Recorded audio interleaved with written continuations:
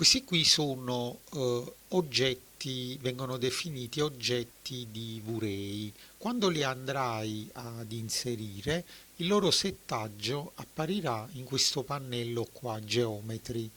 Adesso tu lo vedi sbiadito perché nella scena non c'è nessuno di questi oggetti geometri. Appena io ne inserirò almeno uno, questo elemento si illuminerà e dentro io avrò i settaggi di questi oggetti. Vediamo a che cosa servono questi oggetti. Cominciamo dall'infinite plane. Come dice anche la parola, si tratta di un piano infinito che tu vai a posizionare nella scena e anche se ti sembra molto piccolo, in realtà questo piano ha dimensioni infinite. Come ti dicevo, qui dentro si è illuminato questo pannello. Se io entro qua dentro, trovo quelle che sono, tra virgolette, le proprietà dell'infinite plane, che in realtà non ha proprietà perché si tratta semplicemente di un piano infinito. Che cosa vuol dire? Se io vado a lanciare un render interattivo,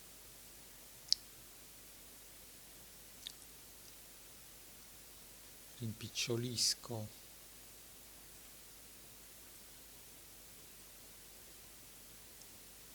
la scena,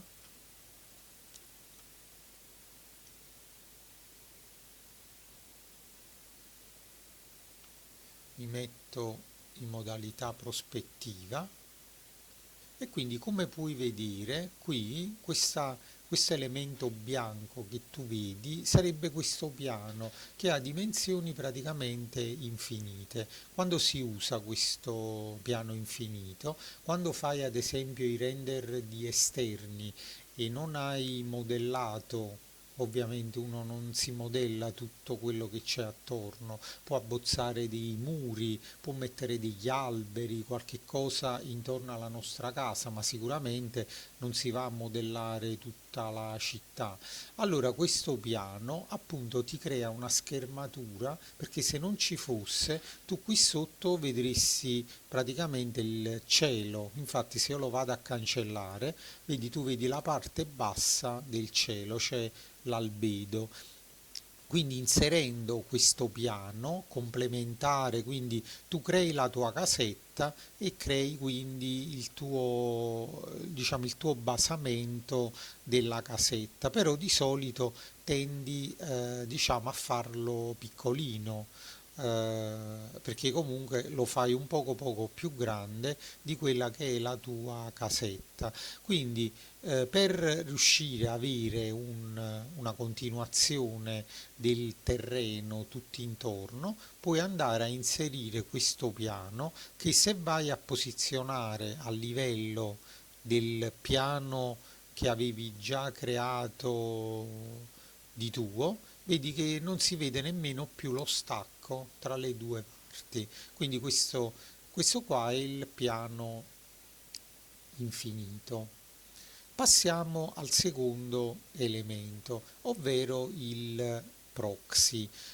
Qui ci sono due comandi relativi al proxy. L'import proxy vuol dire se tu ti sei già salvata dei proxy in scene precedenti, le puoi importare all'interno del modello. Con questo invece puoi creare un nuovo proxy.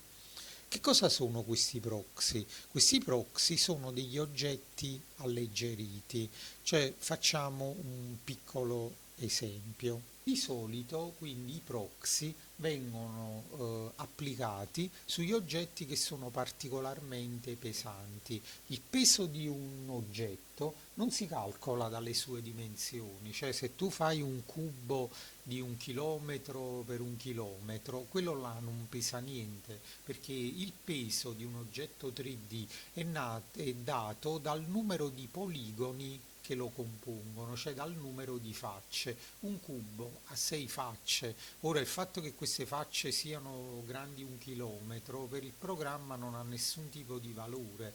Invece un albero che è composto da tantissime foglie, dal tronco, dai rami, che sono composti da tantissime facce, quello può essere un elemento, diciamo, pesante. Altri elementi pesanti sono per esempio i cespugli, le automobili, a volte per esempio potresti avere all'interno di magari devi fare una biblioteca e c'hai centinaia di libri, quindi il pacchetto di tutti questi libri può essere un qualcosa molto pesante. Allora, per permettere la gestione di questi file, Vurei ti dà la possibilità di importare il modello, quindi file importa, vado a prendere quell'albero e lo importo quindi come elemento normale e lo vado ad inserire all'interno della scena. A questo punto, quindi, quando noi abbiamo bisogno di un solo albero, non c'è nemmeno bisogno ehm, diciamo, di fare questo tipo di operazione, perché diciamo, veramente ci vuole un computer proprio scadente per non riuscire a gestire un solo albero, ma se questi alberi devono diventare tanti, noi abbiamo la possibilità di convertire questo elemento in un oggetto proxy. Come facciamo? Lo selezioniamo, ovviamente la conversione in oggetto proxy la dobbiamo fare prima che l'albero lo copiamo tante volte ovviamente, perché altrimenti dovremmo poi convertire tutti e 100 alberi in oggetto proxy. Invece noi convertiamo il primo e poi lo copiamo tutte le volte che vogliamo. Creare un oggetto proxy, io seleziono l'oggetto e vado a cliccare questo tasto Export Proxy. Quando clicco su questo file si apre un pannello, questo pannello Export Vurei Proxy.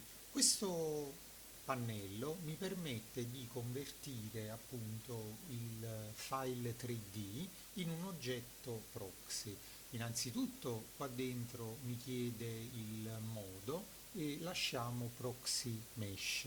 Qui mi chiede il file path, cioè il file in cui andare, cioè dove andare a salvare questo oggetto proxy, perché questo oggetto è un vero e proprio file che può essere anche poi successivamente inserito in altri progetti, appunto qua con il tasto Import Proxy. In questo preview type lui ci permette di scegliere vari metodi per vedere l'anteprima dell'oggetto, in quanto l'oggetto proxy non è soltanto alleggerito nel momento in cui io vado a fare il render, ma in realtà è alleggerito anche nella vista 3D, quindi io avrò più facilmente la possibilità di orbitare e gestire il mio modello. In questo preview type lui mi chiede di scegliere il tipo di preview. Face skipping è praticamente il metodo più veloce, quindi mi fa vedere il modello 3D nella scena con qualità abbastanza scadente, però solo nella scena 3D. Nel momento in cui io farò il render lo vedrò perfetto, quindi lo vedo scadente qui dentro, ma sarà molto leggero. Refined clustering invece è il metodo più lento, però genera una mesh più precisa. Invece questo vertex clustering è una via di mezzo tra i due. Comunque, come ti dicevo, qualunque di questi tu scegli, lui ti farà comunque il render, diciamo come l'oggetto fosse normale, quindi così come lo vedi in questo momento. Questo Faces in Preview invece indica il numero di facce che devono rimanere sopra all'oggetto nel momento in cui io lo converto in mesh. Cioè che cosa vuol dire? Lui per alleggerire l'oggetto mi diminuisce, quindi se attualmente facciamo finta questo oggetto a 10.000, 100.000 facce, lui le ridurrebbe al numero che tu leggi qua dentro per alleggerirlo. Di solito, se voglio fare una grande semplificazione, qua dentro io posso mettere un numero di facce intorno al 100, al 1000. Ovviamente più questo numero diventerà piccolino, più nel momento in cui io premerò export, l'oggetto sembra che non si riconosce più, perché appunto lui eliminando il numero di facce non si riconosce più all'interno della scena, però quando farà il render, come ti dicevo, si vedrà sempre perfetto. Lui di base ti dà un numero di 10.000, che è un numero, diciamo, abbastanza alto, quindi per fare in modo che l'oggetto resti ancora visibile all'interno della scena. Se io per esempio metto un numero di 2.000, tu vedrai che dopo l'oggetto diventerà abbastanza irriconoscibile qui dentro, ma nel render sarà perfettamente uguale. Questo overwrite exis file serve nel caso in cui all'interno di questa cartella tu avessi già salvato un oggetto che aveva quel nome, lui ti va a sostituire questo con l'altro. Questo replace object with proxy serve a convertire questo oggetto qua in un proxy. Se invece io tolgo la spunta da qua e premo export, lui mi salva il proxy qua dentro, però qui mi lascia ancora l'albero originale e quindi io dopo lo devo andare a importare con questo elemento. Ovviamente a me conviene lasciarlo attivo perché io sono sicuro che voglio convertire questo in un proxy. Lui ti dà però questa possibilità perché dopo che l'oggetto è diventato un proxy, l'operazione è irreversibile, cioè almeno che non fai CTRL Z, non puoi più tornare indietro e farlo ritornare di nuovo un oggetto normale, però noi comunque il file originale ce l'abbiamo sempre salvato, quindi in ogni momento possiamo sempre andare a ripremere quello.